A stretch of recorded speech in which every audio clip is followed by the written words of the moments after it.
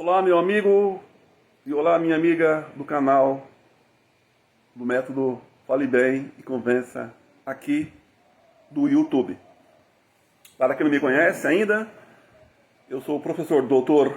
Leni Lourenço de Oliveira, especialista em comunicação verbal e não verbal.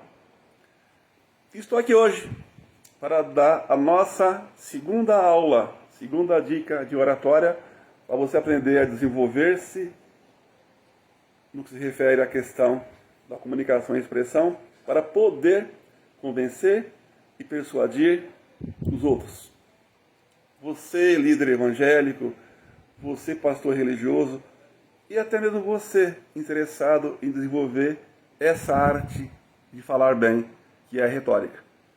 E hoje eu estou aqui para falar com vocês do nosso segundo assunto.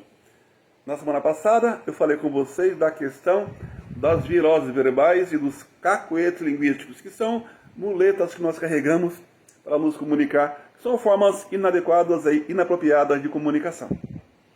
Hoje nós veremos a importância da voz. Então tem algo muito importante para transmitir para vocês nessa aula. Presta muita atenção.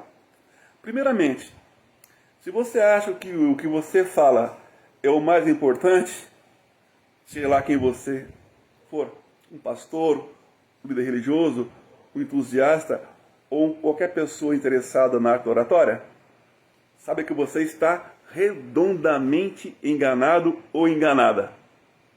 Sabe por quê? Eu vou dizer. Porque no processo de comunicação humana, apenas 7% do que nós dizemos, do que nós falamos, tem importância para quem nos ouve. Para o público que nos ouve. Pode ser numa reunião, numa conferência, num curso de IAD, num treinamento, num rito religioso e assim por diante. 55% do que manda na questão da comunicação está ligado às expressões corporais, que é um assunto que eu vou abordar com vocês com mais tranquilidade em um outro vídeo. E 38% do que nós falamos para persuadir e convencer está ligado à questão do uso, a importância da voz. Sabiam disso? Daí a preocupação minha, daqui por diante, para você prestar atenção em 3 aspectos importantíssimos para desenvolver a questão da voz. Primeiramente, a questão da entoação. E aqui eu tenho um violão para dar como exemplo.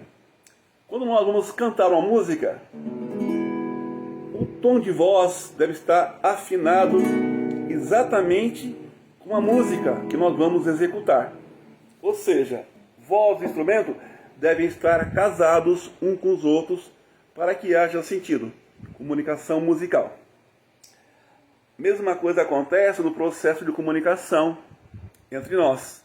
Nossa voz deve estar afinada, o tom de voz deve estar afinada, de maneira que nós possamos transmitir a nossa mensagem de maneira que nós não cansemos a nossa própria voz, não forcemos nossa própria voz, que nós não forcemos nossa respiração.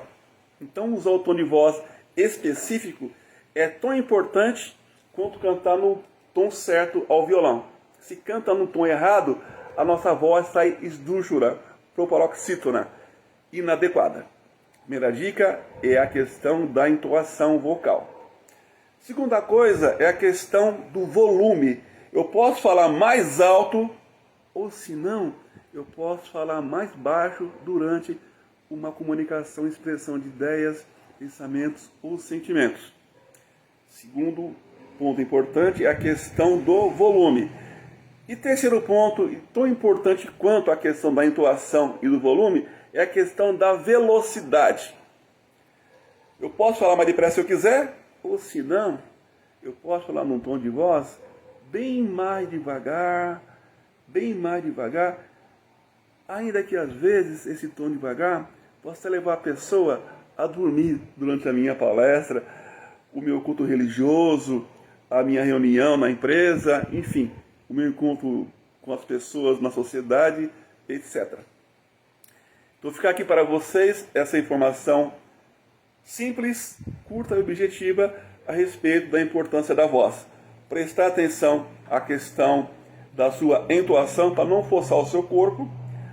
Prestar atenção no volume da voz, porque o nosso tom de voz, às vezes usado com muita altura, pode intimidar as pessoas, ou falar de maneira muito devagar pode também não causar uma boa impressão. Ainda que tudo depende do instante e do contexto situacional. E o terceiro, a questão da velocidade.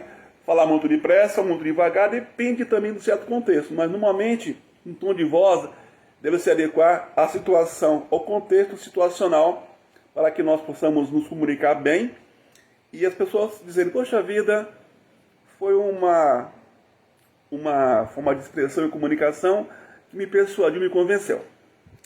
Então fica aqui para vocês, meus seguidores e seguidoras do YouTube, esse nosso segundo momento do nosso curso, nosso método Fale Bem e Convença. Espero que vocês tenham aproveitado bastantemente esse curto vídeo e nós nos veremos numa outra oportunidade onde eu abordarei um outro assunto.